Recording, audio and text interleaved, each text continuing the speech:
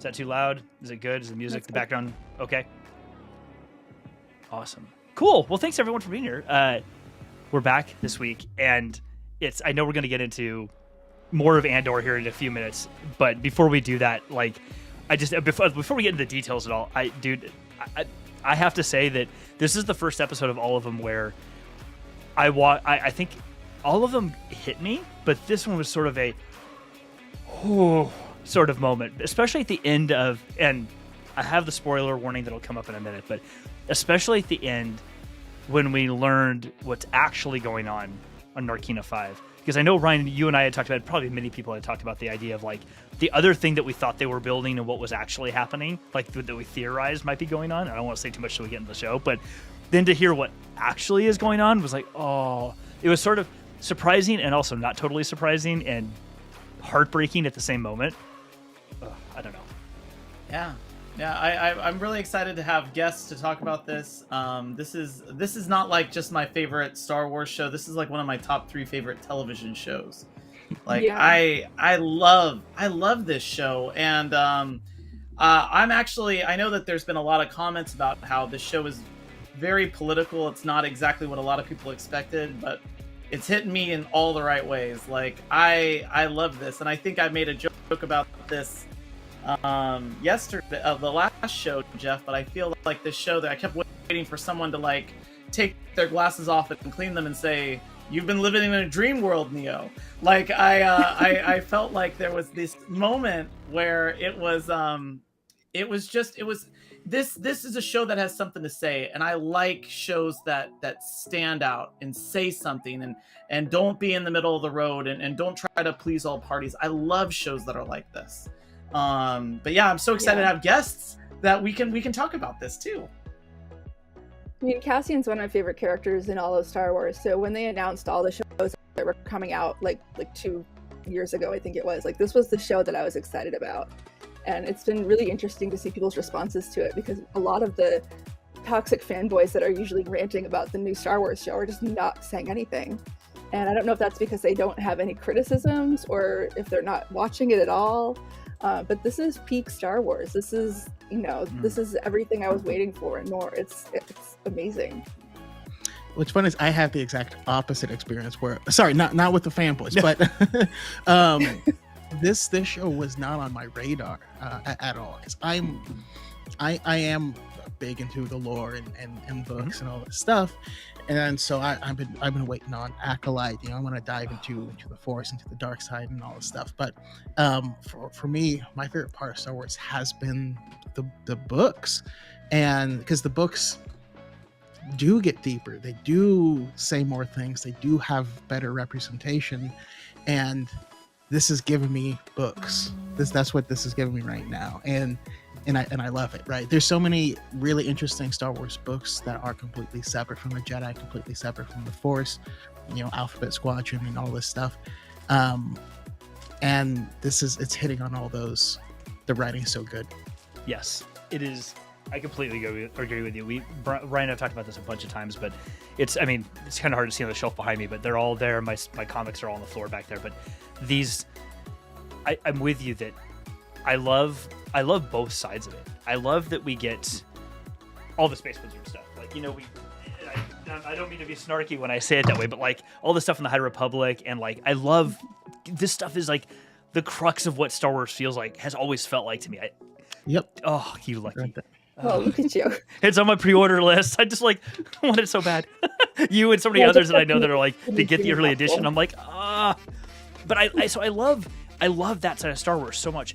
And I found also that after watching Rogue One, which has become, it's still my favorite Star Wars movie. After watching it, it's my favorite because there's no big hero that can come in and save the day. There's no, Jedi, Padawan, or Master that can come in and be like, I have all these things that I can really like become a shift in the story immediately because I've got the stuff. It's people having to deal with real problems people would have to deal with in this very fascist environment that they're in for the most part. And like they have to deal with it and figure it out. It's the reason why I've ended up loving Andor so much, because like this is what happens when there's no one else around to help you. You're going to have to figure this out. This is what we get, and it makes it, at least for me anyways, it makes it so emotional to watch, because you can everybody can identify with multiple characters in any show. It doesn't matter what they look like or their background or gender. None of that matters. There's something about every one of these characters you watch and go, holy crap, wow. Like, Yeah. I have felt that, whatever it happens to be. Yeah. Oh, please go ahead. I love him so much. And Sophie's okay. Who is that? Yeah. Who did you say? He's a really tall Urodal. He has like 3 lines. And Archie bullies them. It's my new Glep Shadow. And I've said this before, I also think that this show has some of the best weird background characters that you'll just see, like this a weird floppy nosed like creature that's just having a conversation. You're like, I don't know who that is, but I love him and I wish him the best. You know, it makes me happy because it's so lived in, and that's what makes it feel real. Absolutely. Yeah. No, I really, the thing that I like about this show, and I like that it's a show that seems to increase its complexity every week, and it starts with the theme. I love that. I love that that's a subtle hint that every week it's going to get a little bit more complex. Like the very first episode of the opening theme for Andor, it's very like orchestral. It's just very like standard. And then every episode, which mimics like the storyline, the theme becomes more complex. With this latest episode, like starting out with this like heavy synth track, like it's like every part of this production has hit me in the right way. I think that all art is political already, so I like when art takes political stands. But I love the fact that this show is just like a slow burn. It's like just kind of wheeling you in week over week, making its story just that much more complex.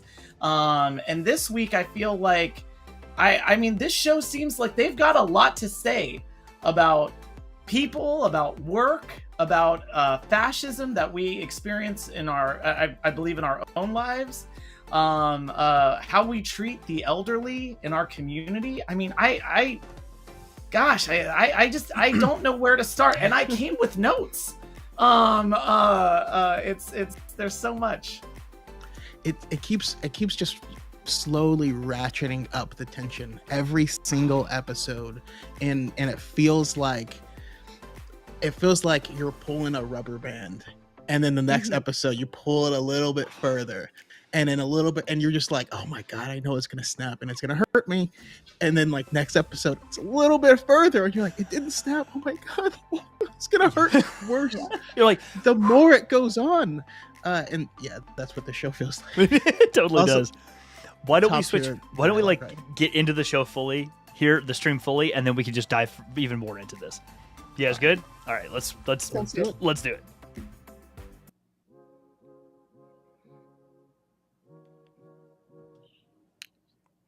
Oh, and I need to fix your cameras. I should have done that earlier, but that's okay.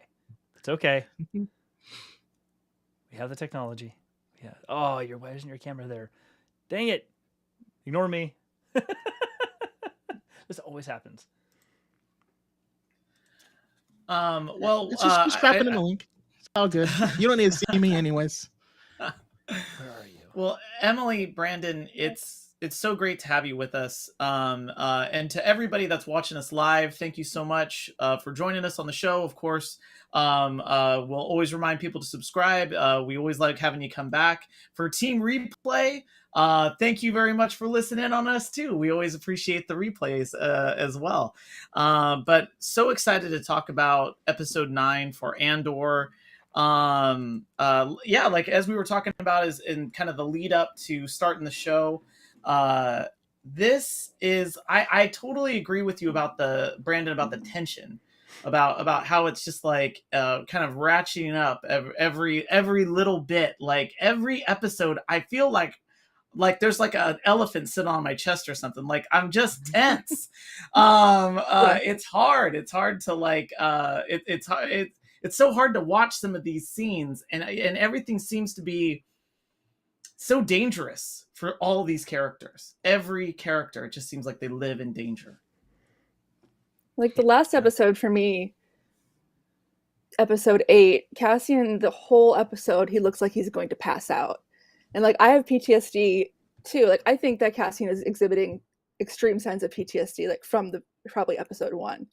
But just like the way he looked the whole episode like he does right before I completely go horizontal from a panic attack. But this week I just had like acid reflux watching it the whole time. And I don't know if I had too much coffee yesterday, but it was just like, it's so intense. Like my whole body is feeling it. I found myself while I was rewatching it tonight, like just before we came into the show, just to kind of take some notes and things. And I found myself actually having to skip over the scenes with Mon Mothma and her family. I don't know what it is about those scenes, but they're hard for me to watch. Like I can almost deal with all of the other stuff. I don't know why, but something about those family scenes are really, really difficult for me to watch. There's something about watching a dysfunctional family with a lack of connection with their kids, especially as a parent. Like, and maybe that's it. Maybe it's a combination of other things too. It's more nuanced. But every time I watch one of those scenes, I'm just like, oh, okay. I think I need to pause and kind of fast forward a little bit because I'm like, I got it. I know this isn't great. Let's go ahead and move on. Like I like, let's get back to the prison scene. I can almost deal with that a little bit more.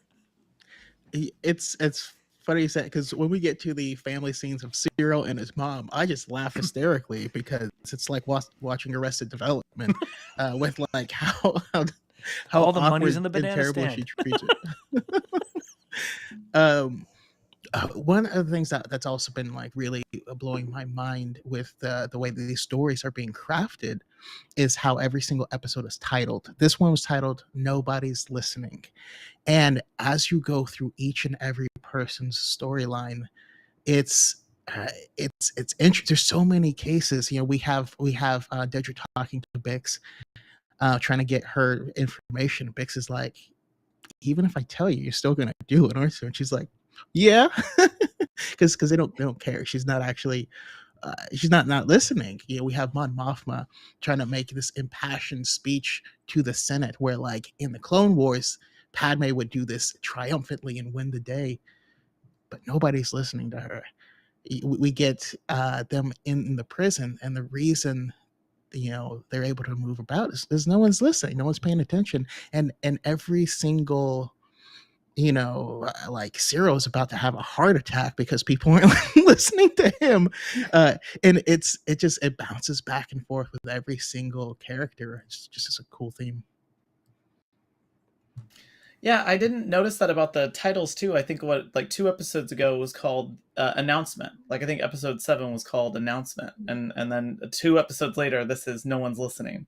And I think that's interesting, especially because what's happening in the prison is analogous to like what's happening in the Galactic Empire, where it's like there's this festering rebellion that the ISB is trying to hunt down, but nobody's listening. No one's hearing it. And all of these things that are happening kind of like under better left ignored. I didn't think about that, but I think that's a really insightful comment because that's everything that's happening, and again, it's what's happening in the prisons, what's happening on Coruscant, it's happening in that room with Bix, and it's fueled by a sense of overconfidence that it's like, oh yeah, we've got you under control, we've got you under thumb. Yeah, that's a good point. I like that.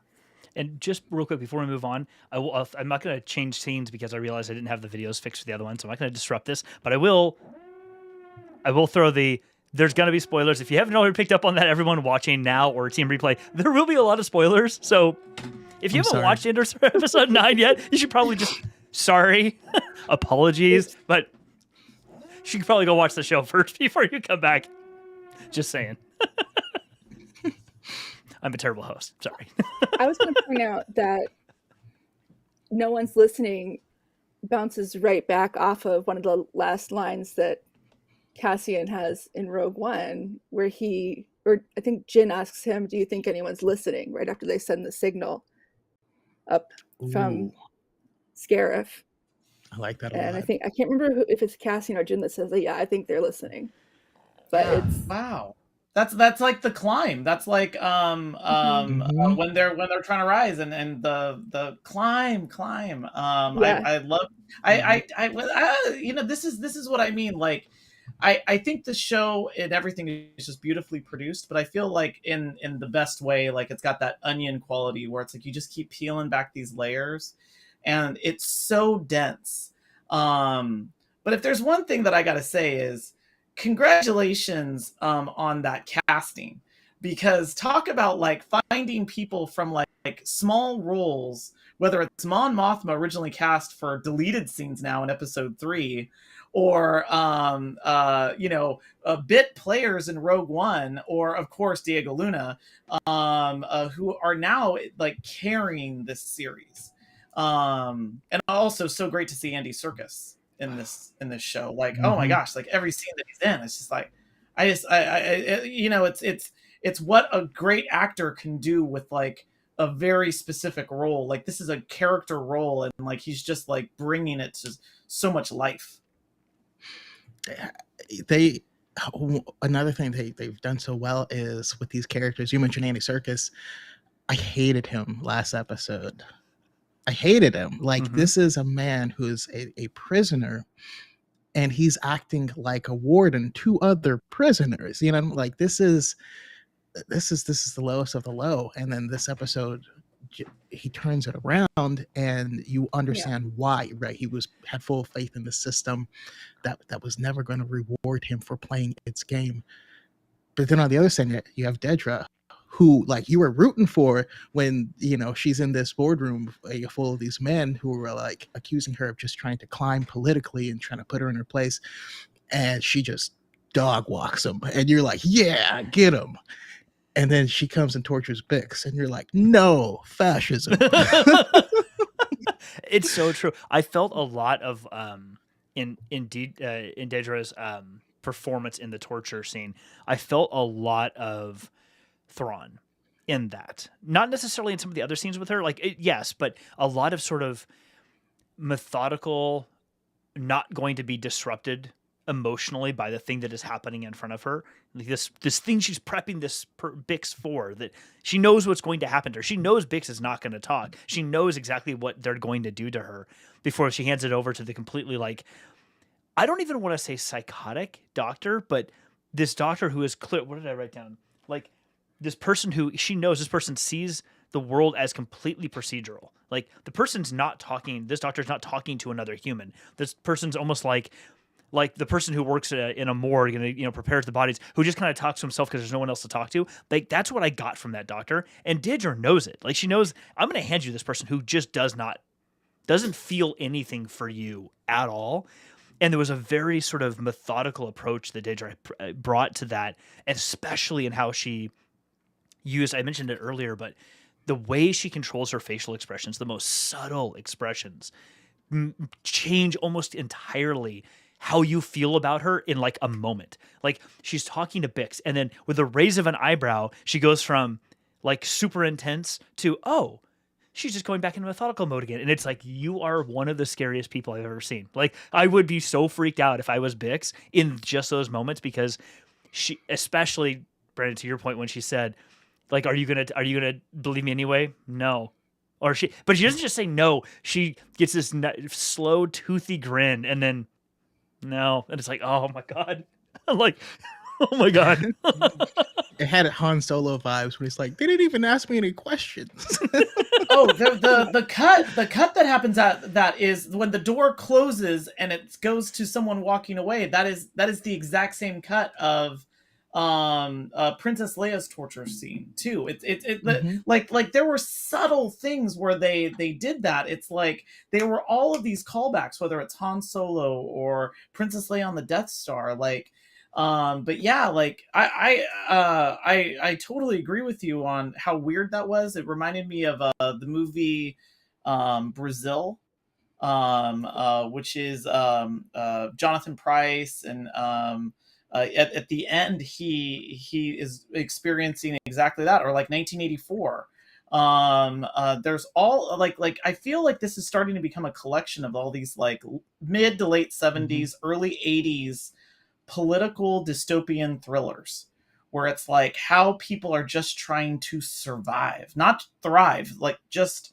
survive in a totalitarian regime.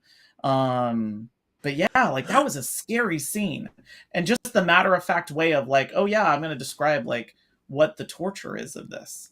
And it was like even I was thinking of like Geordie LaForge, Star Trek Next Generation. We have a regular viewer who I always have to bring up a Star Trek reference.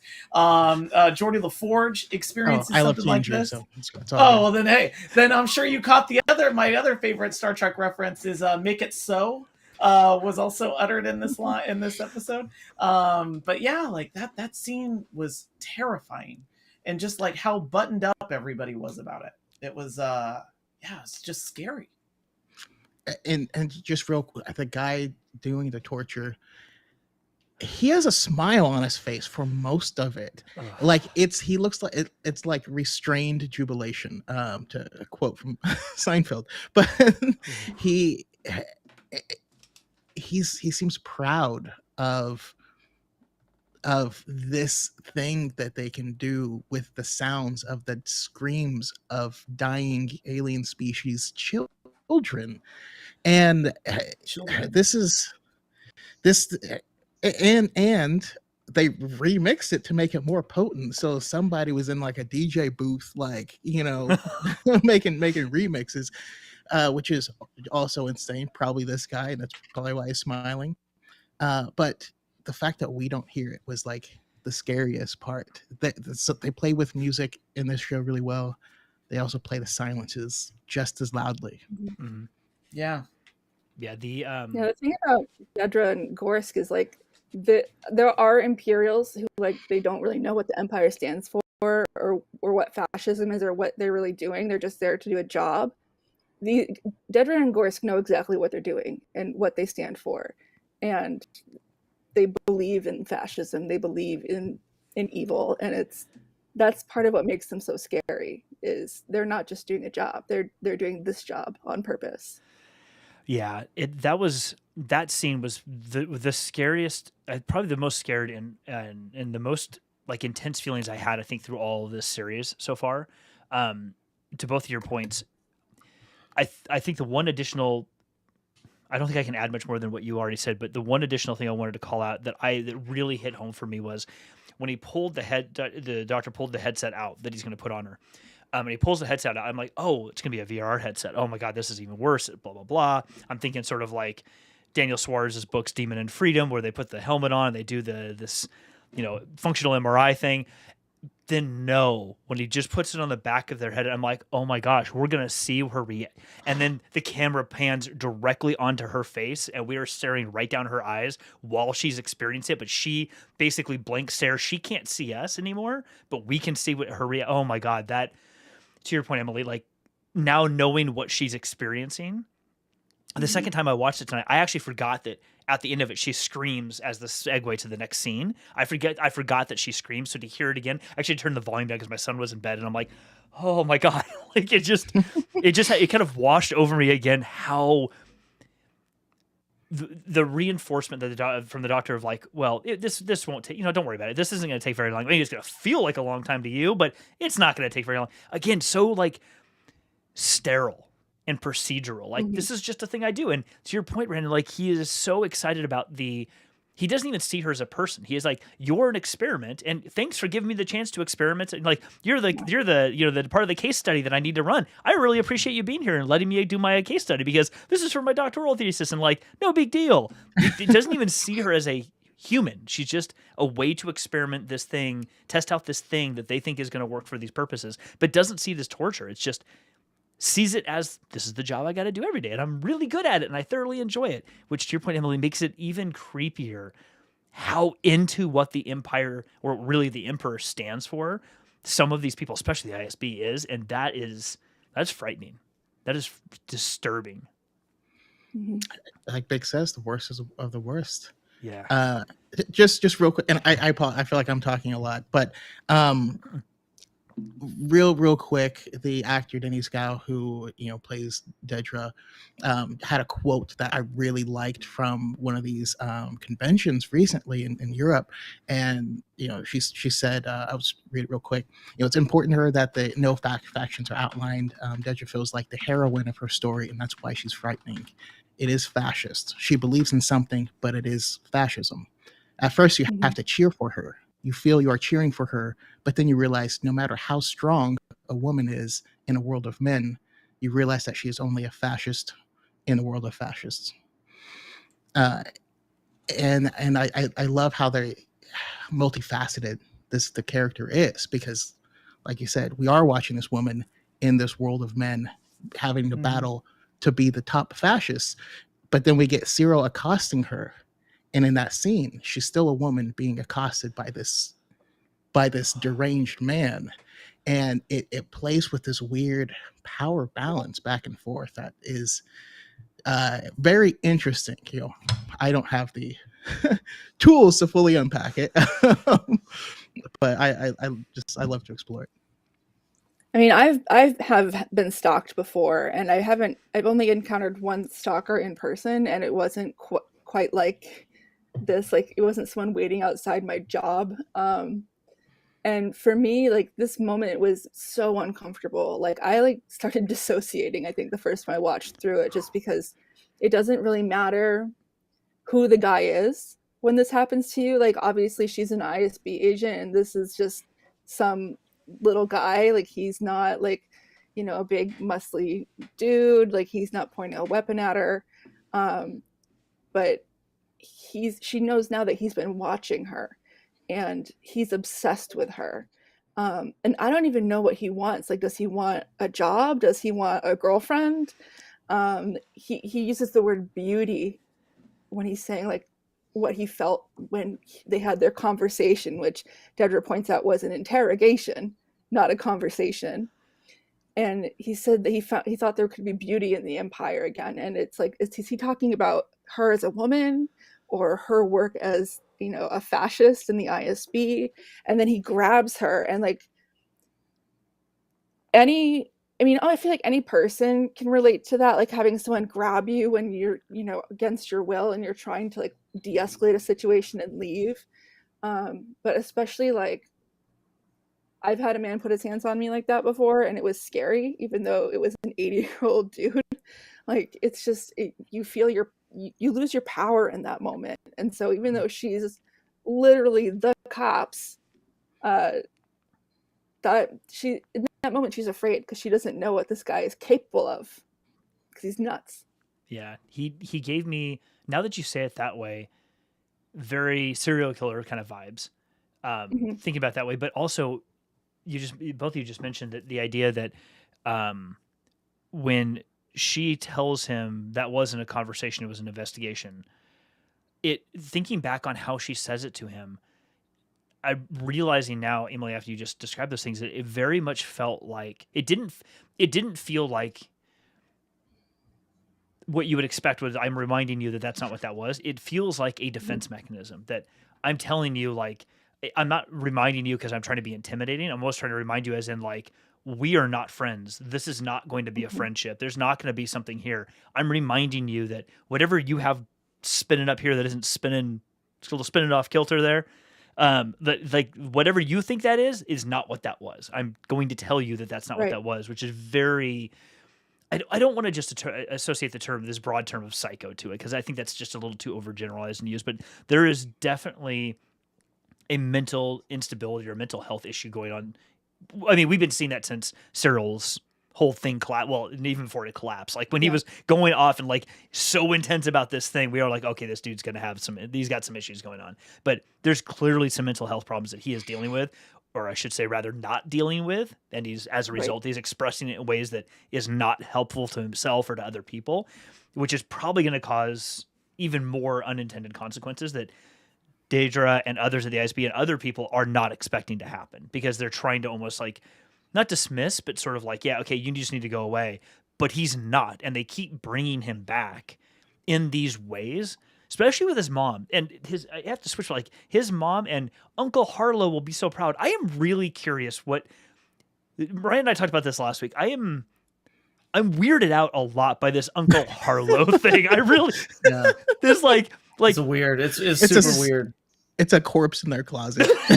No, seriously, like Uncle like Uncle Psycho, Harlow the is some rocking chair up in the unhealthy window. relationship.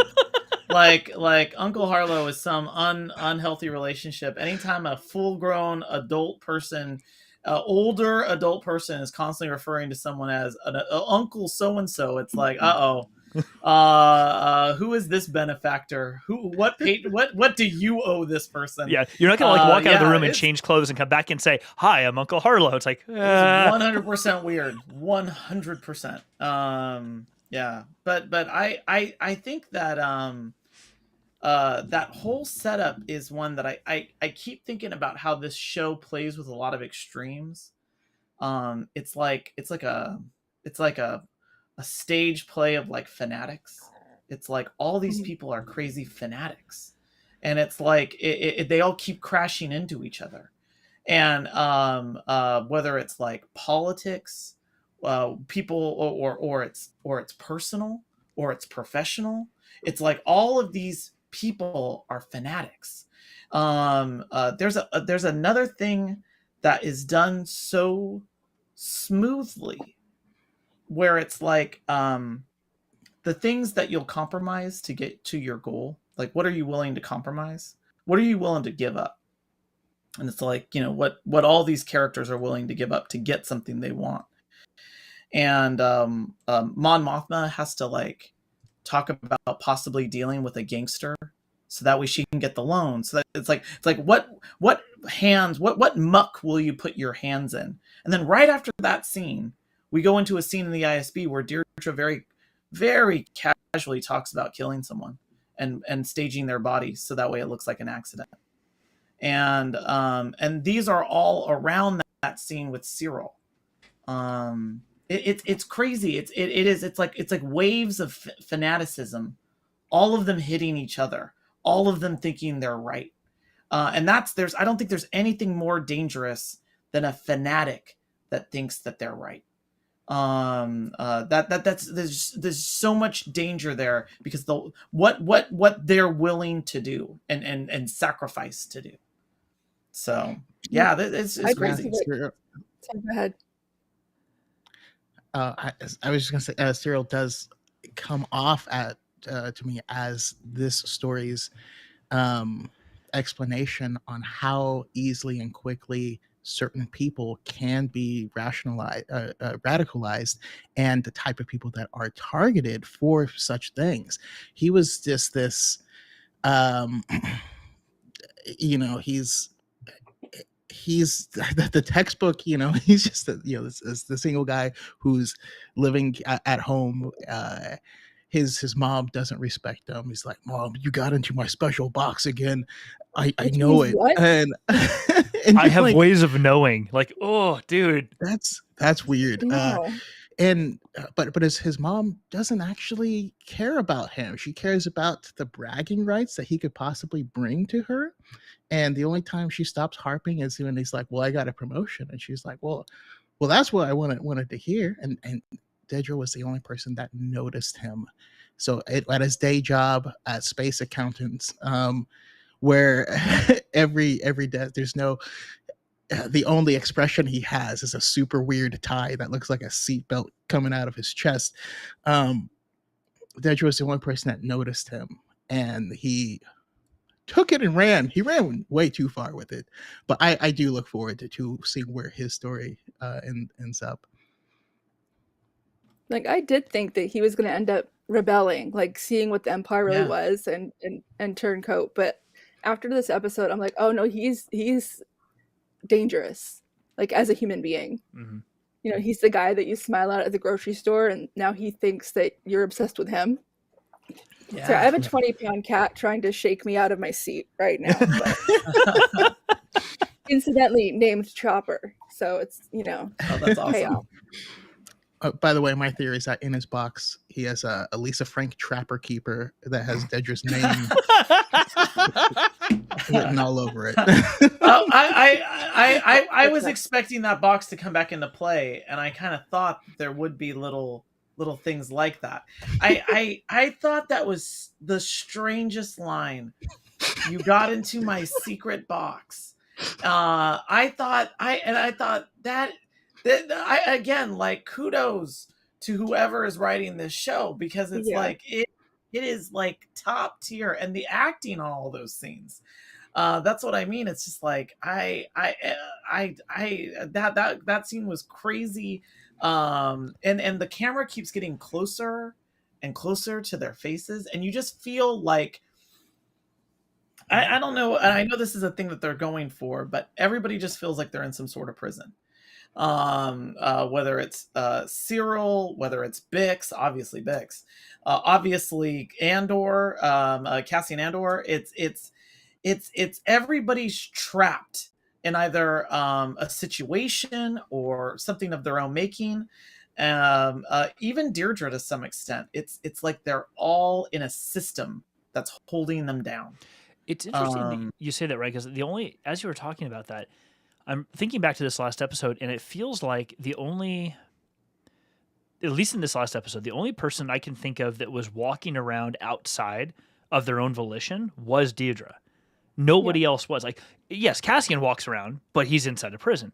But everybody else is in the only place we see them moving around. Even Mon Mothma, she's either in her apartment, or sometimes she's walking into Luthen's store in previous episodes, but mostly this last episode, she's in her apartment, or she's in her little, hockey puck in the Senate with nobody listening to her, and then she's back in her apartment again. And it definitely, even Cyril standing outside the ISB isn't moving anywhere. He's just there. He's there being extraordinarily creepy, but he is there. And of course now, damn it, Brandon, now literally all I can think of is like some high school movie with somebody sketching on their notebook, all these lovable things, but not the lovable, like the exact opposite of that. Yeah. Great. Now I have to go buy a Trapper Keeper tomorrow. and just to add to that, I think that's why they introduced Cyril, because they want it, like, everybody's got a feeling of threat. Like in that moment when he grabs her elbow like that and kind of jerks her to him and says, "I know what you want." I remember thinking, like, wow, they wanted to show that even the person who feels the most in control is not also in control. It's that control is this illusion.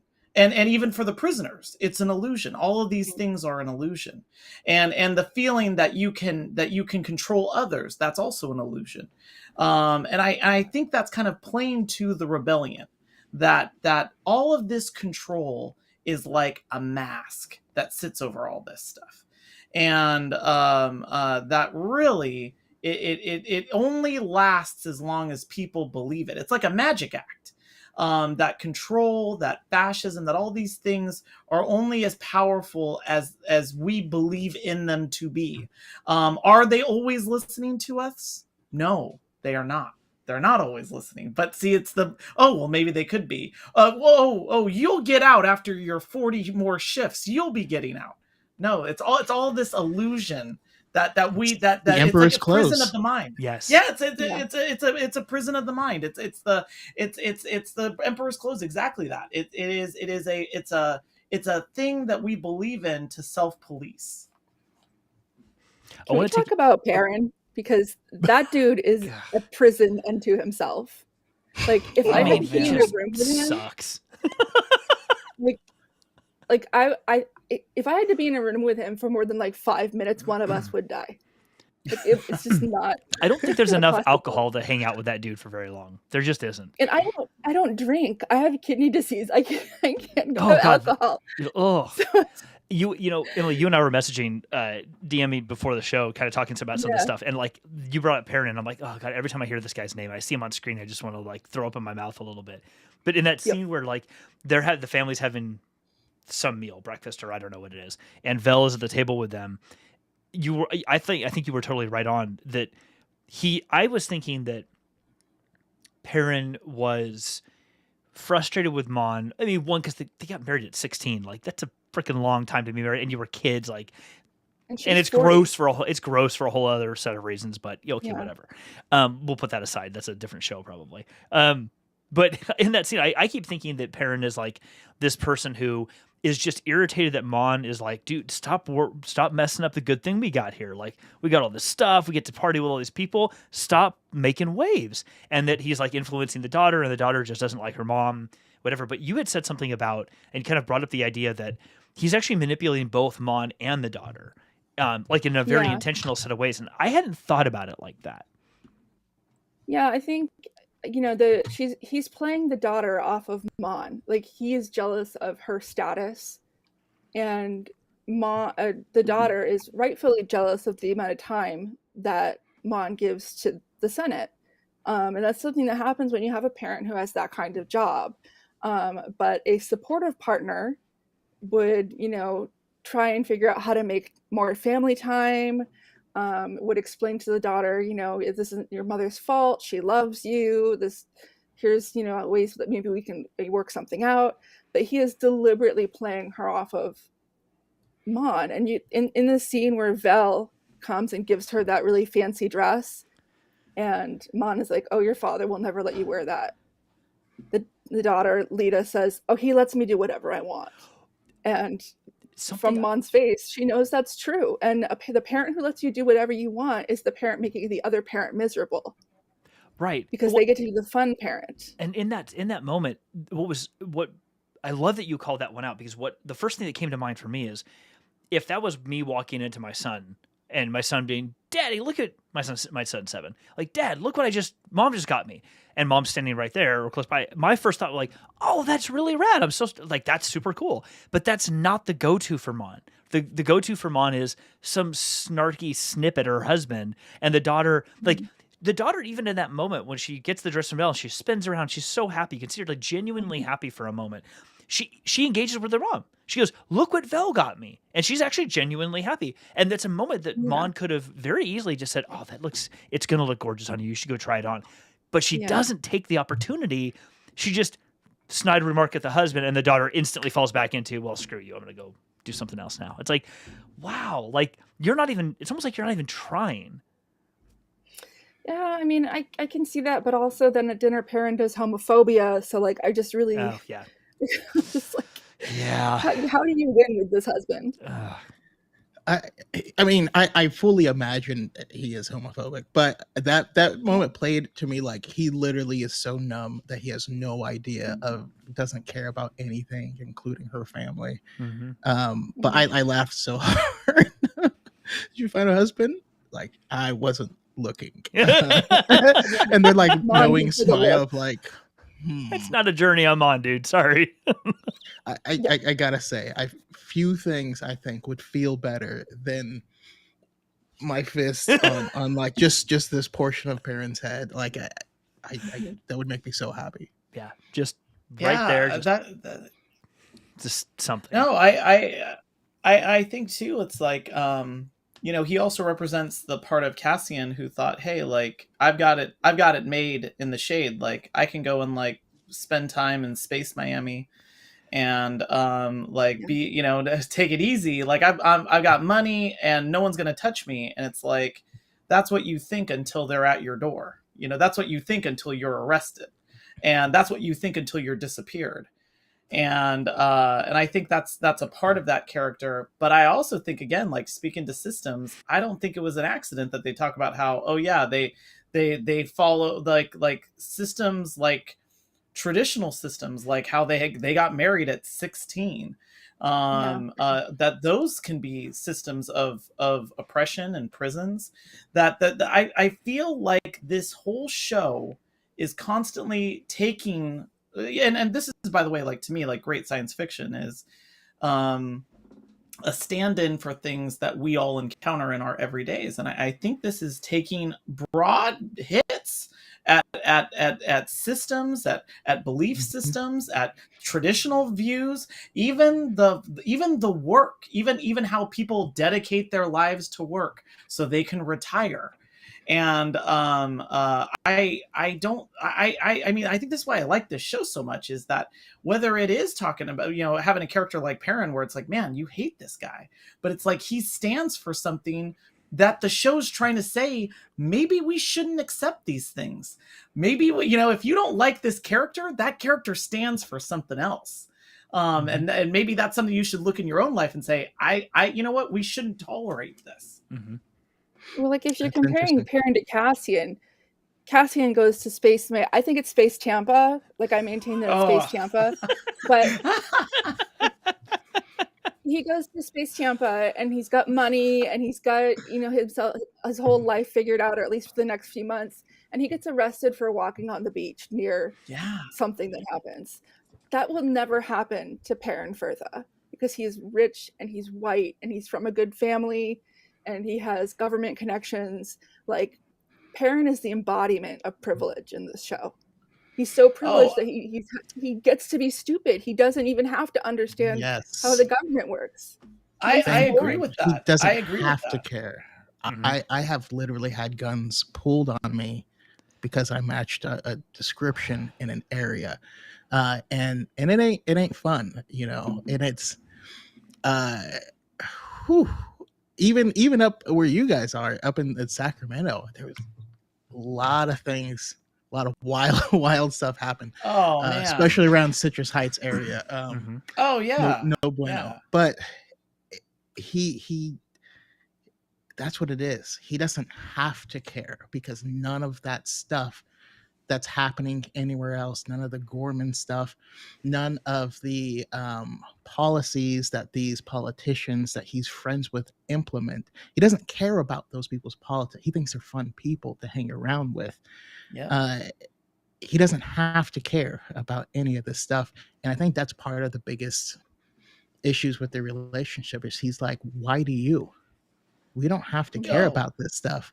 And the way this, you know, Mon Mothma finally gets someone there that does care about this stuff. And when she's with Vel, she has a genuine smile in quite a few scenes. And then she says goodbye. And the scene leaves with just Mon standing in the middle of this Yeah. big open room Oh, as it slowly zooms out and she's alone again. It's powerful That energy. scene was so it beautiful. really was. It Yeah. it really resonated when I saw that scene for sure. Like just like you said again, you know, Tay, was his name? The Chenja so Tay, but he leaves. Vel leaves, and to your point, Brandon, like Vel leaving was the more impactful one because she reminded Mon this. It was so interesting to hear Vel basically repeat. What is her partner's name? I can't remember. Cinta. So, thank you. Mhm. So repeating Cinta's words to Mon about we've given to this, we've accepted, we take what's left after the rebellion, those sorts of things. And these last couple episodes have definitely felt like Mon is being actively confronted with the reality of what running a rebellion or starting a rebellion actually is going to be. Like I don't think she was ever like unaware of what she was trying to do, but the confrontation, that's probably too strong of a word, but the confrontation with her and Luthen in one of the previous episodes, and he's like, this is what this looks like. I don't know what you thought you were signing up for, but this is what this actually is. And then Yeah. I think even more so in this episode when Vel did it, I think that's what, at least that's how I view it, is that's what finally made her realize this is what we're actually doing. We can't ignore it. We can't try to hide from it. We are trying to start a rebellion, and it is not going to be fun or exciting. Like, come join the rebellion, save the galaxy. Like, it is not going to be a Big Brother poster, recruiting poster on the wall someplace. It's going to be a lot of hard work that's going to make you suffer, and you're going to have to abandon a lot of things to do it. But it's what we want because we believe it's the right thing to do. And that, at least the way I read that scene when it zooms out and she's standing there, is almost like a culmination of all kinds of realizations finally hitting her that, okay, I'm left with a choice. Like I have to either accept this or not. But the choice is, it's not just one thing. It's I have to accept all of this or I don't. It's not piecemeal. Interesting. Sorry, just real quick. I like how that's making me think because their entire apartment is so pristine, and all of her clothes, she's always wearing white or really light colors because she's someone that does not have to get dirty. She does not have to do the work herself, and I think that might be symbolic of that. And that's her realization of like, Things are gonna get messy. Yes. Yeah, no, she's got that this isn't going to be like I totally agree with this because I think that's where that conversation happens with Luthen where it's like I wasn't, why wasn't I informed about this? And it's like this is a rebellion. Like your hands are going to get dirty now. This is not a clean business. This isn't going to be antiseptic. Like you're not going to give a speech and suddenly it's like a war on jealousy. Like it's not going to happen that way. It's going to require you to dip your hands into the muck and you're not going to come out clean on the other side. And this is going to be violent, but I think though too, we were talking about privilege before. I think this also reflects a little bit of that privilege, which again is, I think, a part of the illusion of what power is. And power is who holds it. And the person who holds it is the emperor. That's where and everybody else is subject to the emperor's whim until that's pulled away. And in other fascist systems, it's the exact same way. As long as you're a favorite, you're okay. As long as you're on side, you're okay. But you could even be an upstanding person. It was like how they were talking about just how they were taking people in prisoner. And yeah, you could just be disappeared. You could just be, and again, like I this is something that I find to be just wildly important to be talking about right now, about what these systems are really like, because it's easy for people to say, and this is said in one of the party scenes earlier, is well, as long as you don't get into trouble, as long as you follow the rules, you'll be fine. And it's like, no, that's not the truth. Because you're not the one holding the gun. You're not the one who's really in power. And those people can make those changes at whim. Just because you follow all the rules doesn't mean that everything's going to be fine. And again, I cannot believe this is a Disney Plus show. These are really heady topics for which I think Star Wars has always been there. But this is a really crazy, awesome thing to be talking about. And we look at the Senate and, the privilege again. So many of those Senate seats are empty because only humans are in the Senate. You don't see any aliens in the Senate other than the Grand Vizier and Sly Moore, I think. And there's an election going on in the United States right now on Tuesday. Everyone should go vote. And a lot of that comes down to like the people making the rules are the people who have the most privilege, right? And if we don't put people in the Senate, either in the real world or in Star Wars, who have the diverse experiences to understand what it looks like when the rules suddenly don't apply to you because of what you look like or where you come from, you just get that stagnant. Well, and you get fascism. the slow decline into, I don't even know how to say it, but you get this slow or not so slow decline into, well, if we were okay with this thing and no one seemed to be bothered by it, we could do this other thing. But then what if we could do this other thing? Esteban, actually, one of the comments that came in a little bit earlier from Esteban said, the big complaint I hear is the lack of aliens, which is what you brought up. By this point, they've been relegated to third-class citizens or even slaves. Yes. And I mean, for us as Star Wars geeks for a long time, we know how xenophobic the Empire has always been. I like the way that you called it out, Emily, and the way that Esteban called it out in the comments, that it's the lack of these things that we see on screen, and in this case, aliens in any capacity, is a reinforcement of what the Empire is really like. Like, is everything that we have seen is a reinforcement of what it is actually like to live in a fascist society. One of the things I wanted to touch on before, as we're kind of winding down on time, is in prison. Ryan and I had talked about this last week, and I know we were not the only ones. We were like not the people who came up with this idea, but I were talking about this. We were like in the prison when we were like, what are they building? What are those big crosses that look like cat tracks or something from World War II? Like, the theory, like they're Death Star parts of some kind. And then I know we talked about it, and probably many other people did at the same time, was like, or before us, was, maybe on one floor they're building them, but then it goes to the other floor and someone just disassembles them, and the two floors have really no idea. It's like a constant circle of just FU, basically. But then to get to this episode and to learn what is actually going on very much reminded me of 1984, where Yeah. to learn that you get released and get sent to another floor, but oops, we sent you to the wrong floor, and now people know about it, and we had to kill everyone on that floor to kind of scrape it under the rug, reminded me of the first time I read 1984 when the main character gets finally picked up by essentially the ISB and tortured, and all that stuff happens in the book, and then is just released.